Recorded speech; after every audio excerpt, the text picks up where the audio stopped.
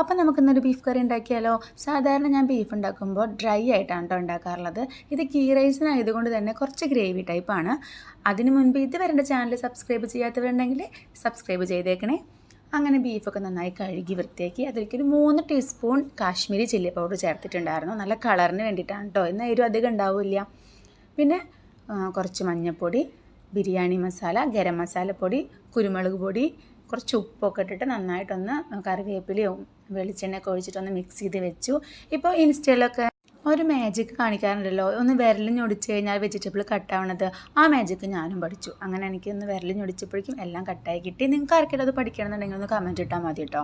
അങ്ങനെ നമ്മുടെ കുക്കർ ചൂടായി വന്നപ്പോൾ അതിലേക്ക് കുറച്ച് വെളിച്ചെണ്ണ ഒഴിച്ച് സബോള അതിലേക്ക് ഇട്ട് നന്നായി ഒന്ന് മിക്സ് ചെയ്തു കേട്ടോ. ആ സബോള ഒന്ന് കളർ മാറിയിട്ട് ഒന്ന് ബ്രൗൺ കളറായി വന്നപ്പോൾ ഇഞ്ചി വെളുത്തുള്ളി പേസ്റ്റ് എന്ന് പറയാൻ പറ്റില്ല, അത്ര അധികം ഞാൻ പേസ്റ്റ് ആക്കിയിട്ടില്ല, അത് ചേർത്ത് നന്നായിട്ടൊന്ന് മിക്സ് ചെയ്തു.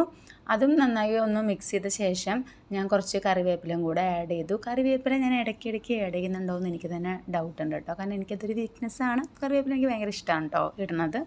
പിന്നെ പച്ചമുളകും കൂടി ആഡ് ചെയ്തിട്ട് നന്നായി ഒന്ന് മിക്സ് ചെയ്ത് കൊടുത്തു. അങ്ങനെ അതെല്ലാം കൂടി എല്ലാത്തിനും ഒരു പച്ചമണം ഉണ്ടാവുമല്ലോ, അതൊക്കെ ഒന്ന് മാറി വരണ വരെ ഞാൻ നന്നായിട്ടൊന്ന് മിക്സ് ചെയ്ത് കൊടുത്തു. പിന്നെ 2 തക്കാളി ഇട്ടു. 2 തക്കാളി ഇടാൻ കാരണം ചെറിയ തക്കാളിയായിരുന്നു, നമ്മുടെ വീട്ടിൽ തന്നെ ഉണ്ടായതാണ് കേട്ടോ. അപ്പോൾ ആ 2 കൂടെ കട്ട് ചെയ്ത് അതും കൂടെ ഇട്ട് കൊടുത്തിട്ട് കുറച്ച് നേരം ഞാൻ അടച്ച് വെച്ച് വേവിച്ചിട്ടുണ്ടായിരുന്നു. ഞാൻ അതിൽ കാണിച്ചിട്ടില്ല, കാരണം അതൊന്ന് വെന്ത് ഒന്ന് വരാൻ വേണ്ടിയിട്ട്. അങ്ങനെ അതൊക്കെ ഒന്ന് വെന്ത് വന്നപ്പോൾ ഞാൻ ഒരു 1/4 ടീസ്പൂൺ മഞ്ഞൾപ്പൊടി, ഓൾറെഡി നമ്മൾ ബീഫിലേക്ക് മസാല പുരട്ടി വെച്ച സമയത്ത് മഞ്ഞൾപ്പൊടിയൊക്കെ ഇട്ടിട്ടുണ്ടായിരുന്നു. അപ്പോൾ ഇതിനകത്ത് ഞാൻ ഒരു 1/4 ടീസ്പൂൺ മഞ്ഞൾപ്പൊടി, പിന്നെ ചെറിയ ടീസ്പൂണായിരുന്നു, അതുകൊണ്ട് തന്നെ ഒരു 4 ടീസ്പൂണോളം മല്ലിപ്പൊടി ഇട്ടിട്ടുണ്ടായിരുന്നു. പിന്നെ അതിൽ നമ്മൾ കാശ്മീരി ചില്ലി പൗഡർ ഇട്ടത് കൊണ്ട് ഇതിന് എരിവിന് വേണ്ടിയിട്ട് ഒരു 1/2 ടീസ്പൂൺ സാദാ മുളക് പൊടിയും കൂടെ ഞാൻ ഇട്ടിട്ടുണ്ടായിരുന്നു. അങ്ങനെ എല്ലാം കൂടെ നന്നായിട്ടൊന്ന് മിക്സ് ചെയ്ത് യോജിപ്പിച്ചു.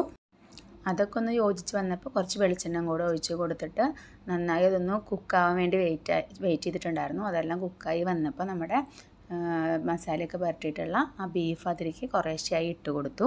അതിൽ നമ്മൾ ആദ്യം വെക്കുന്ന സമയത്ത് ഇങ്ങനെ വെള്ളമൊന്നും ഉണ്ടായിരുന്നില്ല കേട്ടോ. പിന്നെ അവിടെ ഇരുന്നിട്ട് അതങ്ങനെ ഇന്നിങ്ങനെ വെള്ളം, ബീഫിൽ നിന്ന് ചിക്കനിൽ ഇങ്ങനെ വെള്ളം വരുള്ളൂ സാധാരണ, അതുപോലെ വെള്ളമായിട്ടുണ്ടായിരുന്നു. എന്നാലും നമുക്ക് വെള്ളം ഇത് പോരാ, ചിലപ്പോൾ അടിയിൽ പിടിക്കാൻ സാധ്യത ഉണ്ട്.